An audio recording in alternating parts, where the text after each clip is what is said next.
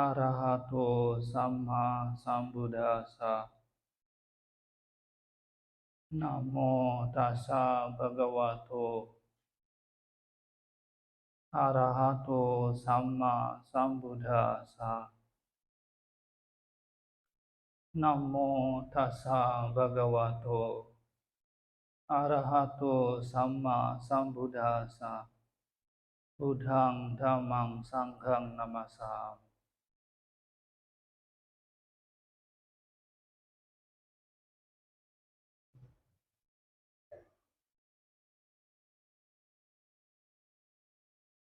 Pemimpin puja, penerjemah,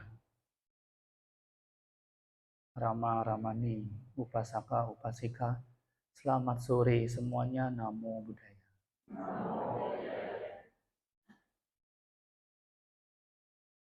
Semoga semuanya dalam keadaan yang baik sehingga bisa menerima manfaat dari apa yang akan disampaikan beberapa menit ke depan. Ini adalah puja bakti yang spesial karena ada yang sedang ulang tahun. Tahu siapa? Ini adalah peringatan 10 tahun berdirinya Pusdiklat Sikadama Sriwijaya. Artinya 10 tahun sudah kiprah ibu bapak sekalian dalam upaya menegakkan Buddha Sasana di negeri Sriwijaya ini. Karena konon katanya zaman dulu di sini tuh pesat sekali perkembangan agama Buddha dan banyak orang dari luar belajarnya ya ke sini. Belajar Dhamma ke sini, sehingga ini adalah hal yang patut untuk ditegakkan, patut untuk dipertahankan. Dan karena hari ini spesial, uraian Dhamma sore ini juga cukup spesial. Spesial dalam arti apa? Kalau kemarin dan 2 hari lalu ceramahnya hanya 30 menitan, bincang-bincangnya 1,5 jam. Dan dari 2 hari tersebut bisa dilihat bahwa kualitas dari orang-orang sini sudah cukup mendalam damanya. Dari pertanyaan-pertanyaan yang muncul, dari gestur yang saya lihat, bisa bertahan mendengarkan Dhamma yang mendalam, sehingga hari ini akan diupayakan menyampaikan Dhamma yang mudah-mudahan bisa memberikan manfaat yang besar untuk ibu bapak sekalian. Jadi hari ini saya berbagi satu sutta namanya Upali Sutta. Majjhima Nikaya nomor 50. Berapa? Nyontek dulu. 56. Nah, sehubungan dengan seorang perumah tangga bernama Upali. Siapa toh Upali, Bante? Upali ini adalah satu laki-laki yang sangat terkenal di Nalanda. Terkenal karena apa, Bante? Terkenal selain dia kaya, dia pintar, dia sangat senang berbagi pada banyak orang, dan punya kekuasaan. Jadi idaman para perumah tangga lah. Sehingga apapun gerak-gerik dari perumah tangga Upali ini akan bikin viral di Nalanda. Pada waktu itu, Sang Buddha sedang singgah di Nalanda. Ketika singgah itulah Upali ini mendengar reputasi satu petapa yang masih muda. Tapi sayang, Upali ini gurunya bukan Sang Buddha. Siapa gurunya Upali, Bante? Gurunya adalah Pertapa Niganta Nataputa atau Pertapa Jaina. Kenapa Bante kok Upali bisa sangat tertarik dengan Pertapa Niganta Nataputa? Karena secara luaran, praktek dari Niganta Nataputa sangat keras. Secara luaran, tanda petik, sangat-sangat taat.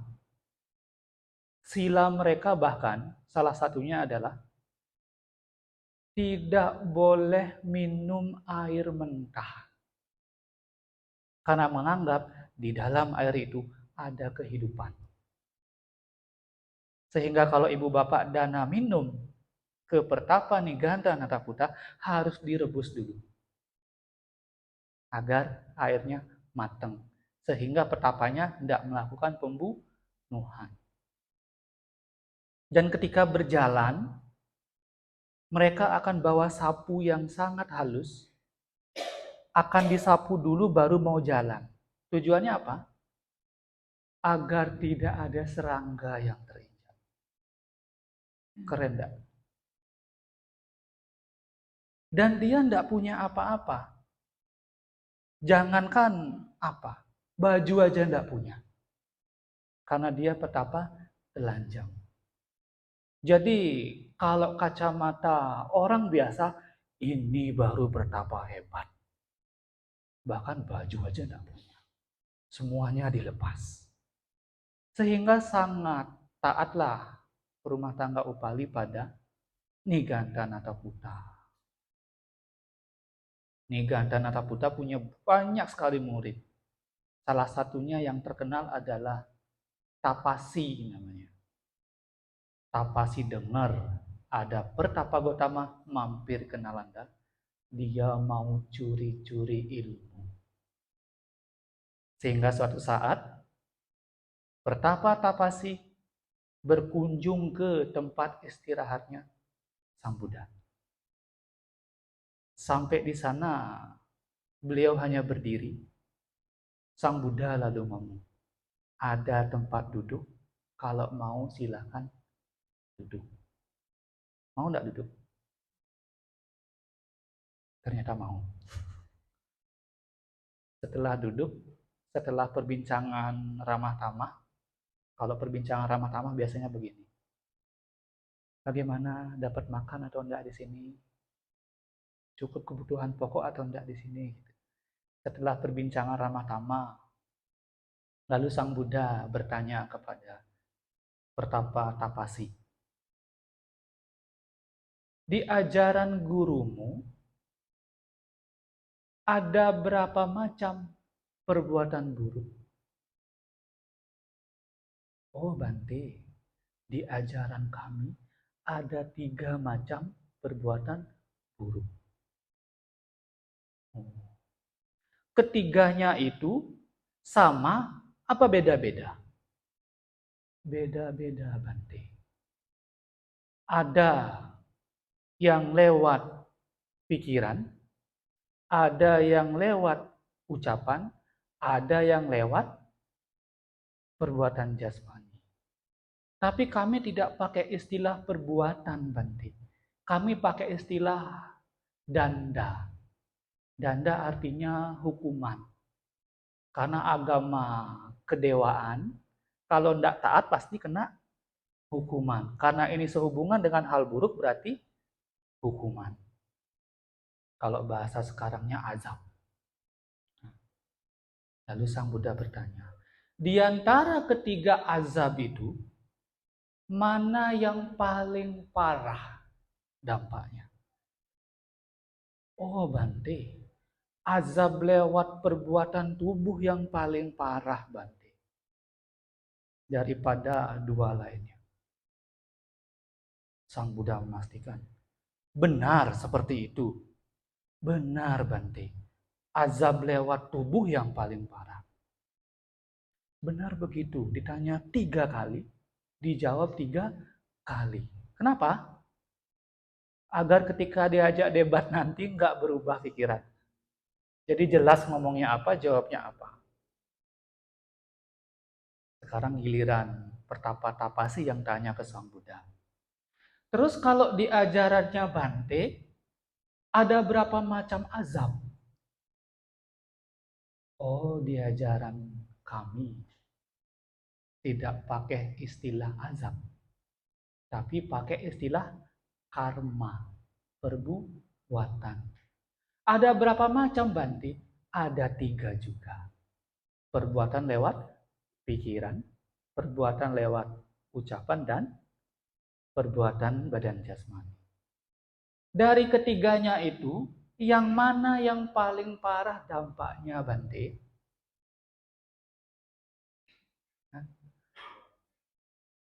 Iya, perbuatan lewat pikiranlah yang paling parah dampaknya, Bante. Benar seperti itu, Bante? Benar, Pertapa-Tapasi. Benar, Bante? Benar. Tadi Ampi sampai dia. Dijawab juga hal yang sama. Setelah itu, karena rasa gembira, kenapa gembira, Bante? Belakangan kita akan tahu. Karena rasa gembira, dia bangkit dari tempat Sang Buddha, pergi ke perguruannya sendiri. Sampai di asrama perguruannya, sudah ditunggu oleh gurunya. Bayangkan, kalau ada murid kesayangan pergi ke tempat ibadah orang lain, bagaimana? Pasti dicerca dengan pertanyaan, kan? Sama. Begitu datang Pertapa-Tapasi, langsung diajak duduk, langsung ditanya, dari mana kamu siang-siang begini? Guru, saya baru menghampiri Pertapa Gotama. Bincang-bincang enggak kamu dengan beliau? Bincang-bincang, guru. Apa perbincangan kalian? Guru, diulanglah semuanya yang tadi itu. Bagus kamu. Kamu adalah muridku yang hebat. Kamu sudah mewakiliku sebagaimana mestinya. Mana mungkin yang lewat pikiran yang halus itu lebih besar dampaknya daripada lewat badan jasmani. Dan ketika ini disampaikan juga ada perumah tangga Upali di sana. Rumah tangga Upali dan banyak murid-murid yang lain memuji Pertapa-Tapasi. Bagus, itu baru murid utama dari guru kita. Mana mungkin? Biasa kalau berumah tangga ya agak sombong begitu sehingga dia ngomong begini. Guru, bagaimana kalau saya mendebat Sang Buddha, Pertapa Gotama? Saya yakin bisa menang. Itu perkara mudah, guru. Biar saya mendebat Sang Buddha. Saya akan mendebat Sang Buddha seperti orang kuat yang akan menarik bulu domba yang masih hidup. Saya geser ke kanan, geser ke kiri, banting kanan, banting kiri. Saya akan demikiankan Pertapa Gotama. Doktrinnya akan saya bantah. Akan saya tumbangkan.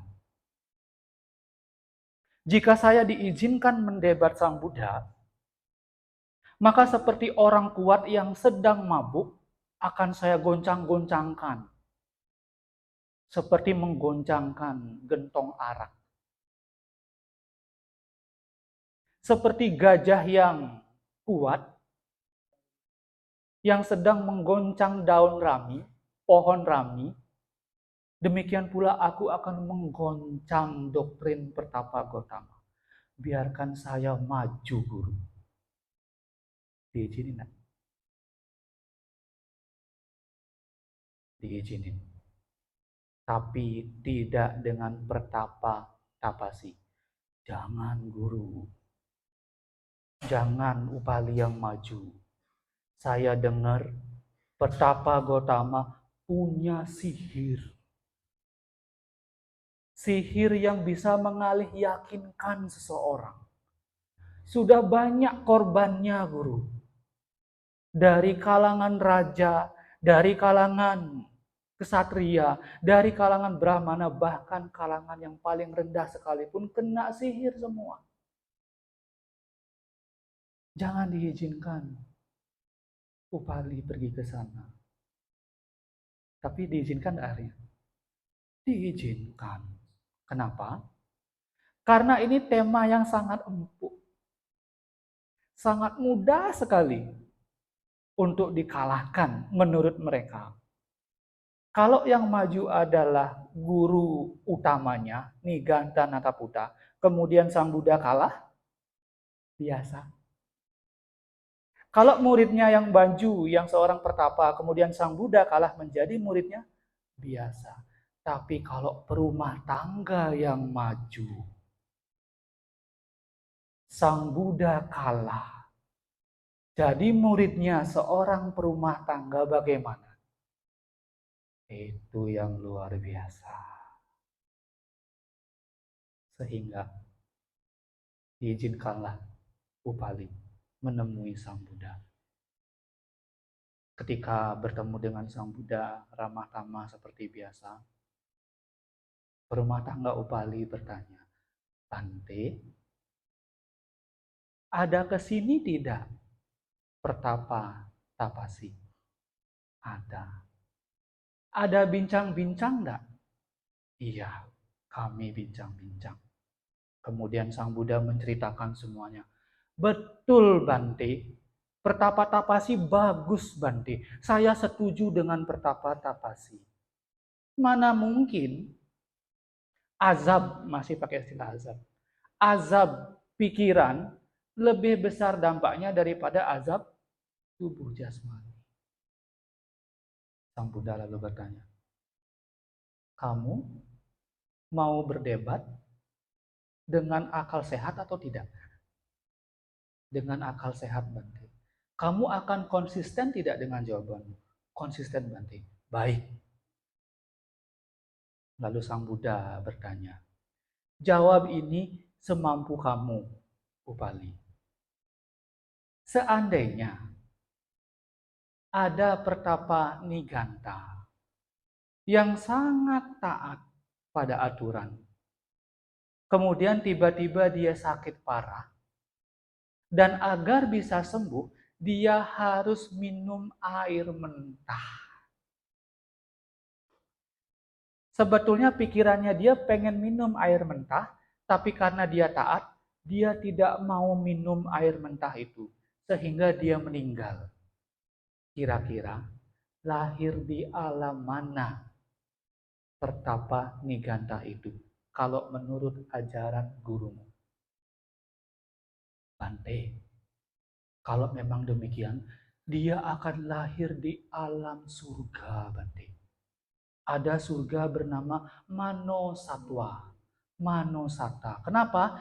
Karena pikirannya terpancang untuk mengikuti aturan. Pikirannya. Tadi katanya yang lebih signifikan azab jasmani. Tapi kok pikirannya yang menentukan lahir di alam surga. Hati-hati kalau kamu bicara. Hati-hati. Sudah tidak konsisten kamu. Tapi bagaimanapun Bante, saya tetap kekeh dengan guru saya. Azab tubuh lebih besar dampaknya daripada azab pikiran. Masih ngeyel. Tapi Sang Buddha sabar, dikasih pertanyaan kedua. Nyontek dulu. Seandainya Upali ada pertapa Niganta yang taat sekali. Bahkan dia melakukan permandian. Tahu permandian enggak? Jadi mereka punya kepercayaan mandi di sungai tertentu bisa jadi suci. Menjaga silanya dengan baik, jalan bawa sapu kemana-mana, maju mundur jalan, tapi tidak sengaja menginjak serangga kecil-kecil di bawah. Kira-kira Apa besar tidak dampak dari pertapa itu? Oh, karena tidak sengaja, tidak terlalu besar, Bante. Kalau dia sengaja menginjak serangga bagaimana? Besar enggak azabnya? Oh, kalau sengaja, besar, Bante. Kesengajaan, niat, itu ranah pikiran, apa ranah fisik? Ranah pikiran, Bante. Hati-hati jawab. Katanya azab tubuh yang lebih besar dampaknya. Kok sekarang malah pikiran yang lebih besar? Masih ngeyel dia. Tapi Bante, saya tetap dengan pendapat guru saya. Azab tubuh yang lebih signifikan daripada azab pikiran. Udah tuh diampi. Dikasih contoh yang ketiga. Seandainya ada seorang yang kuat, dikasih satu senjata, disuruh untuk membunuh seluruh makhluk yang ada di Nalanda ini dengan senjata itu. Mungkin apa tidak dilakukan dalam waktu singkat? Jangankan satu orang, Bante. 10 orang pun tidak akan mampu membunuh seluruh makhluk di Nalanda. Karena makhluk di Nalanda sangat banyak. Dan Nalanda sangat luas. Oke. Tetapi kalau ada satu orang yang punya kemampuan batin luar biasa, punya kesaktian, disuruh meluluh lantakan seluruh makhluk yang ada di Nalanda, dalam waktu singkat mampu enggak? Bante, jangankan satu Nalanda, Bante. 2 Nalanda, 3 Nalanda pun mampu. Kalau dia punya kemampuan batin. Yang punya fisik kuat enggak mampu. Yang punya kemampuan batin kok mampu? Hati-hati dengan jawabanmu. Udah Tati Yampi bagaimana, nyerah enggak? Ternyata belum. Masih ngeyel, akhirnya Sang Buddha kasih contoh yang terakhir. Pernah dengar hutan Dandaki? Pernah dengar hutan Kalingga? Pernah, Bante. Bagaimana proses terbentuknya hutan itu? Bante, dulu Kalingga itu adalah tempat yang padat penduduknya. Tapi karena ada satu petapa yang punya pikiran buruk, begitu ngomong pikiran harusnya sudah kalah. Hati-hati Upasaka, Upali, hati-hati. Kamu tidak konsisten sejak tadi. Lalu karena sudah tersudut, ini Sang Buddha ngomong begini bukan untuk menghancurkan pandangannya Upali, bukan. Semata-mata karena dia punya welas asih, agar dia bebas dari pandangan salahnya. Akhirnya Upali ngaku, Bante, sejak contoh pertama saya sudah kagum dengan Bante. Saya hanya pura-pura ngeyel, Bante, karena senang dengar uraiannya Bante. Sangat jelas, Bante. Sangat terang. Seperti membalikkan sesuatu yang sebelumnya tertelungkup. Seperti membuka sesuatu yang sebelumnya tertutupi kain. Seperti seseorang yang memberikan cahaya bagi mereka yang buta. Sangat terang, Bante. Izinkan saya menjadi upasaka berlindung pada Buddha, Dhamma, dan Sangha seumur hidup. Diizinin enggak? Sang Buddha ngomong, pikir-pikir dulu. Orang terkenal seperti kamu, orang berpengaruh seperti kamu, sebaiknya pikir-pikir dulu. Bante, jawaban Bante ini membuat saya makin pengen, Bante, menjadi murid Bante. Kalau pertapa lain menang debat lawan saya jadi murid, Oh, sudah bikin konvoi Bante. Pakai umbul-umbul keliling Nalanda. Diumumkan ke seluruh dunia bahwa saya menjadi muridnya. Tapi Bante sangat berbeda. Untuk kedua kalinya Bante, izinkan saya berlindung pada Tiratana. Sang Buddha, izinin tak? Sang Buddha lalu jawab gini, Upali, sejak dulu rumahmu sudah seperti sumur, menghidupi banyak pertapa. Kalau bisa, jangan putuskan sokongan danamu terhadap guru lamamu. Jangan cuek pada guru lamamu. Tetap sokong dia sepantasnya. Bante. Dulu saya dengar dari pertapa lain, katanya Pertapa Gotama pernah ngomong, hanya kepadakulah dana itu bermanfaat besar. Hanya kepada muridkulah maka dana itu memberikan dampak besar. Tidak perlu berdana kepada pertapa lain. Tapi sekarang dengan telinga sendiri saya mendengar. Bahkan Bante menganjurkan saya tetap menyokong guru lama saya. Untuk ketiga kalinya Bante, izinkan saya menjadi pengikutmu, berlindung pada Buddha, Dhamma, dan Sangha. Hijrah. Tahu hijrah ya? Nah,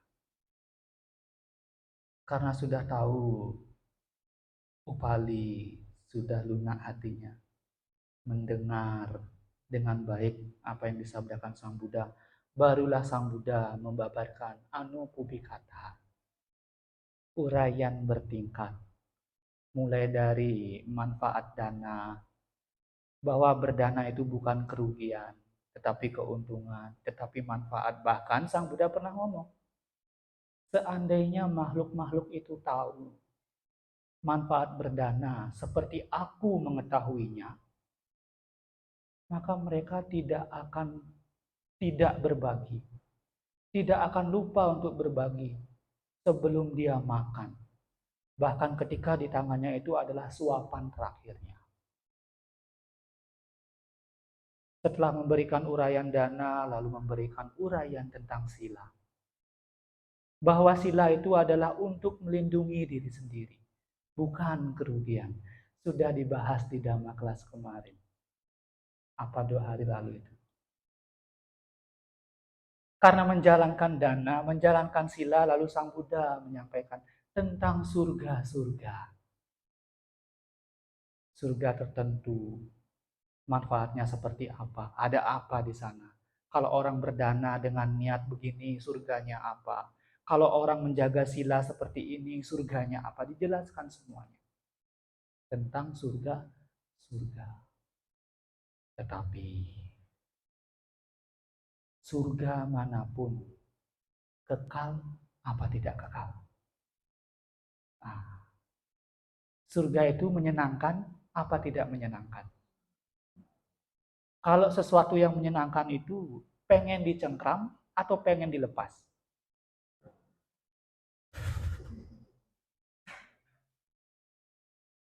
Dan sesuatu yang tidak kekal harus berpisah dengan kita, tapi kita pengen cengkram, kebahagiaan apa penderitaan.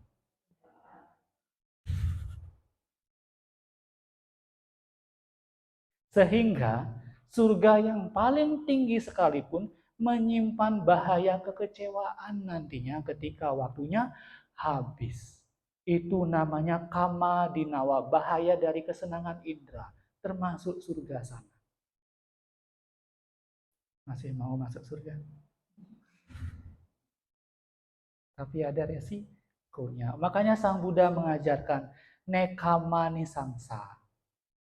Manfaat dari latihan melepas kesenangan-kesenangan indera, termasuk melepas surga.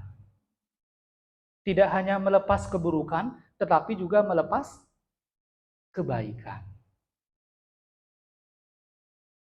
Karena sudah mengajarkan nekamani samsa, manfaat dari melepas, baru Sang Buddha mengajarkan inti dari agama Buddha itu sendiri.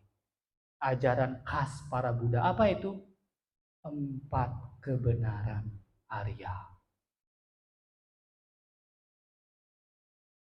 Mau dengar nggak? Sang Buddha memulai dengan satu kenyataan yang pasti bahwa hidup adalah duka. Jati piduka. Kelahiran adalah duka. Begitu lahir, kalian nangis apa ketawa? Tangisan itu tanda kebahagiaan apa penderitaan? Bahagia.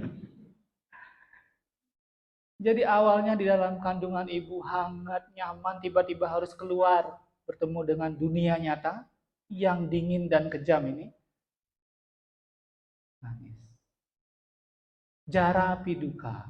Ketuaan adalah duka. Maranampi duka. Kematian adalah duka. Dan seterusnya.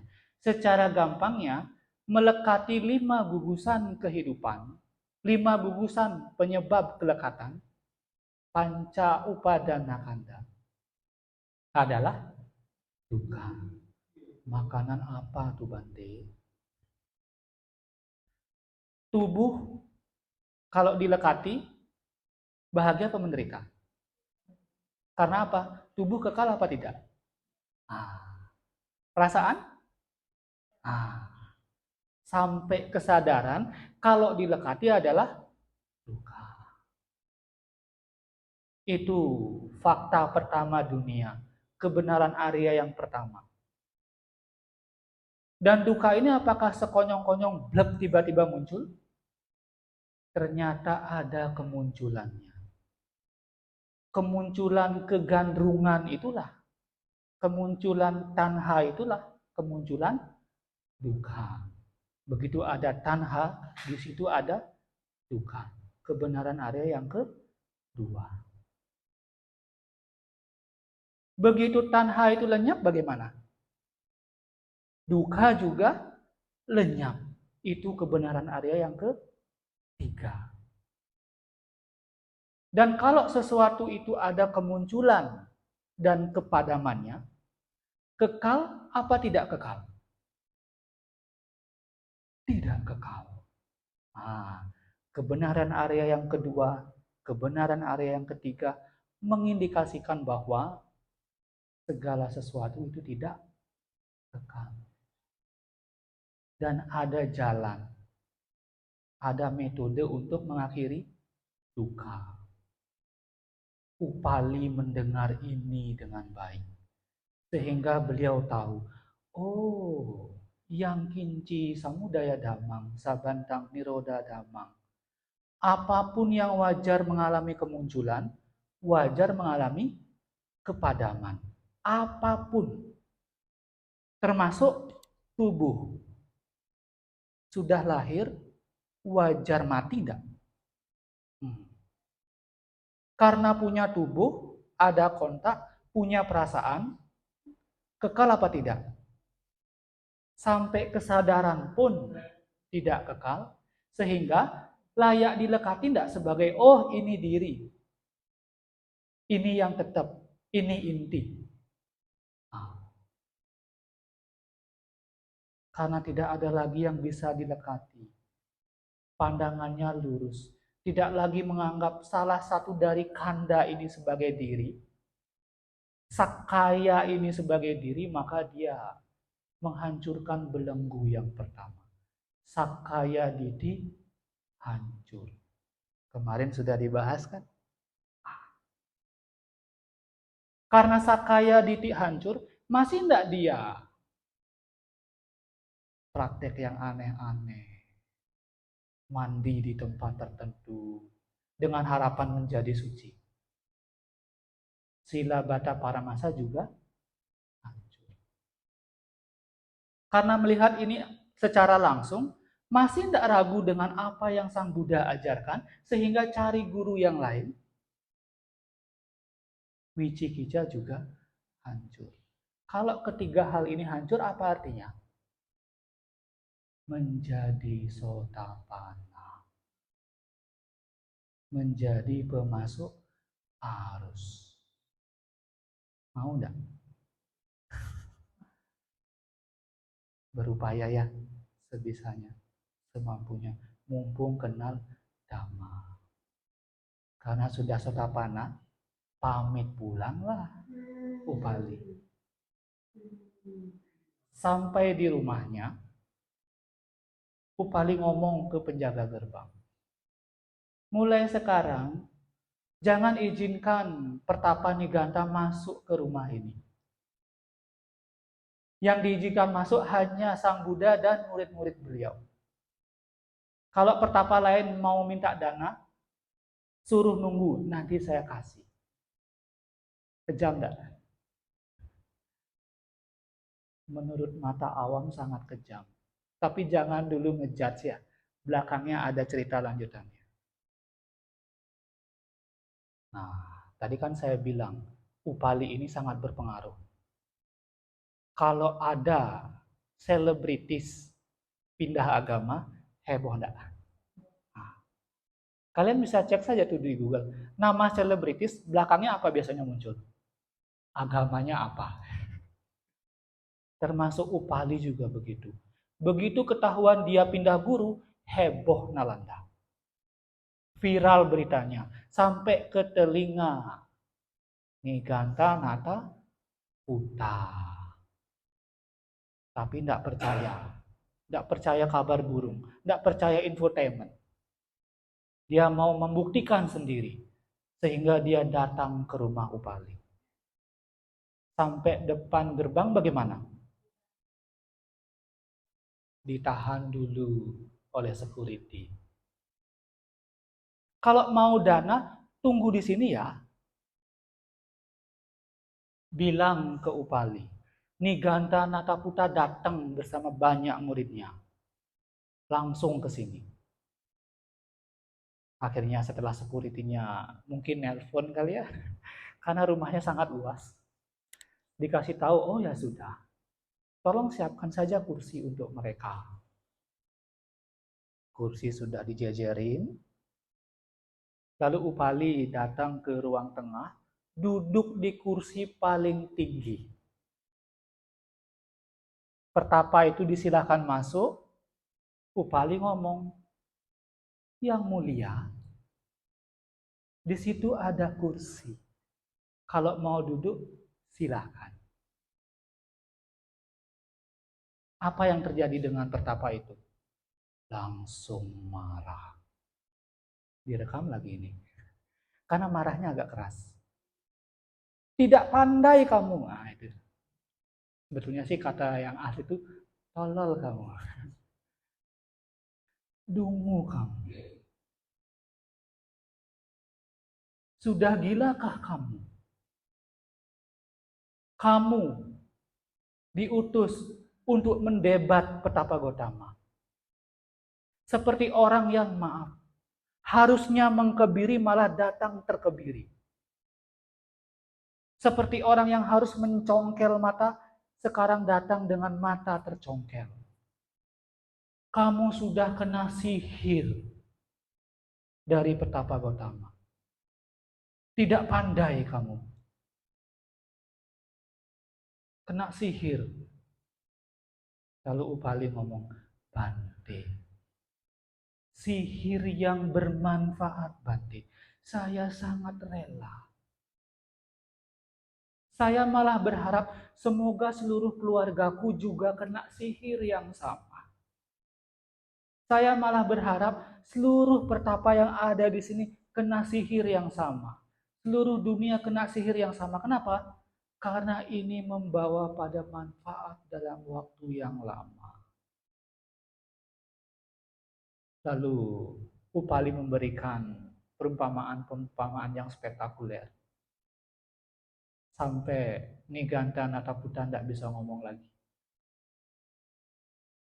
Lalu dia ngomong seperti ini. Sekarang masyarakat taunya kamu adalah muridku. Kenyataannya seperti apa? Coba umumkan ke semua orang, siapa gurumu sekarang? Lalu Upali berdiri sambil membuka lengan kanannya sebagai penghormatan. Dengarkan aku bicara, maka kamu akan tahu siapa guru. Lalu Upali memberikan syair yang sangat indah, memuji sang Buddha. Sangat panjang syairnya, nanti baca sendiri ya.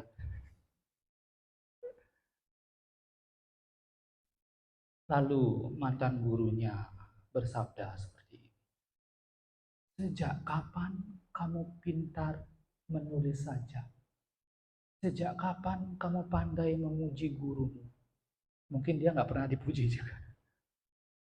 Lalu dijawab, yang mulia, kalau ada perangkai bunga yang piawai, lalu lihat ada banyak bunga, apakah dia akan kesusahan merangkai bunga? Tidak. Kalau ada satu orang yang punya kualitas luar biasa baik, apa susahnya saya merangkai saja untuk beliau? Mendengar ini, depresi berat, kehilangan donatur, muntah darah. Jadi jangan depresi berat ya, apalagi sampai muntah darah. Singkat cerita, ditandulah dia langsung meninggal. Sutanya berakhir sampai di sini. Pak, Bu, ada banyak pesan yang bisa kita petik dari suta ini. Satu, berjuanglah seperti Upali. Mumpung kenal Dhamma, mumpung tahu caranya, tinggal dipraktekkan saja. Yang pertama. Yang kedua, jangan seperti Niganta Nataputa. Membenci kelompok lain. Sebetulnya Niganta Nataputa bukan benci kepada Sang Buddha karena masalah ajaran. Selain memang Sang Buddha lebih muda usianya, diterima di mana-mana. Tetapi ada satu yang sangat mengganggu pikirannya. Donaturnya banyak pindah. Meskipun dia sebagai sosok petapa, tapi sebetulnya di dalam batinnya masih suka hal-hal duniawi. Jangan sampai kita seperti Niganta Nataputa. Seolah-olah kita menjaga Buddha Sasana dengan membuat ini, membuat itu, tapi tergelincir. Tujuannya bukan lagi memberikan manfaat untuk sebanyak-banyaknya orang, tapi tujuannya untuk biar agama Buddha banyak pengikutnya. Biar agama Buddha mewah bangunannya. Sehingga membenarkan segala macam cara untuk memenuhi itu. Apalagi biar saya banyak pengikutnya. Nanti orang akan berpikir, oh itu loh umat Buddha. Tampaknya sih mulia, mengabdi untuk Dhamma. Tapi ternyata mengabdinya untuk dirinya sendiri. Untuk perutnya sendiri. Untuk followernya sendiri. Sehingga harus jujur di dalam diri. Ini saya bukannya ceramahi kalian ya. Itu ceramahin diri saya sendiri.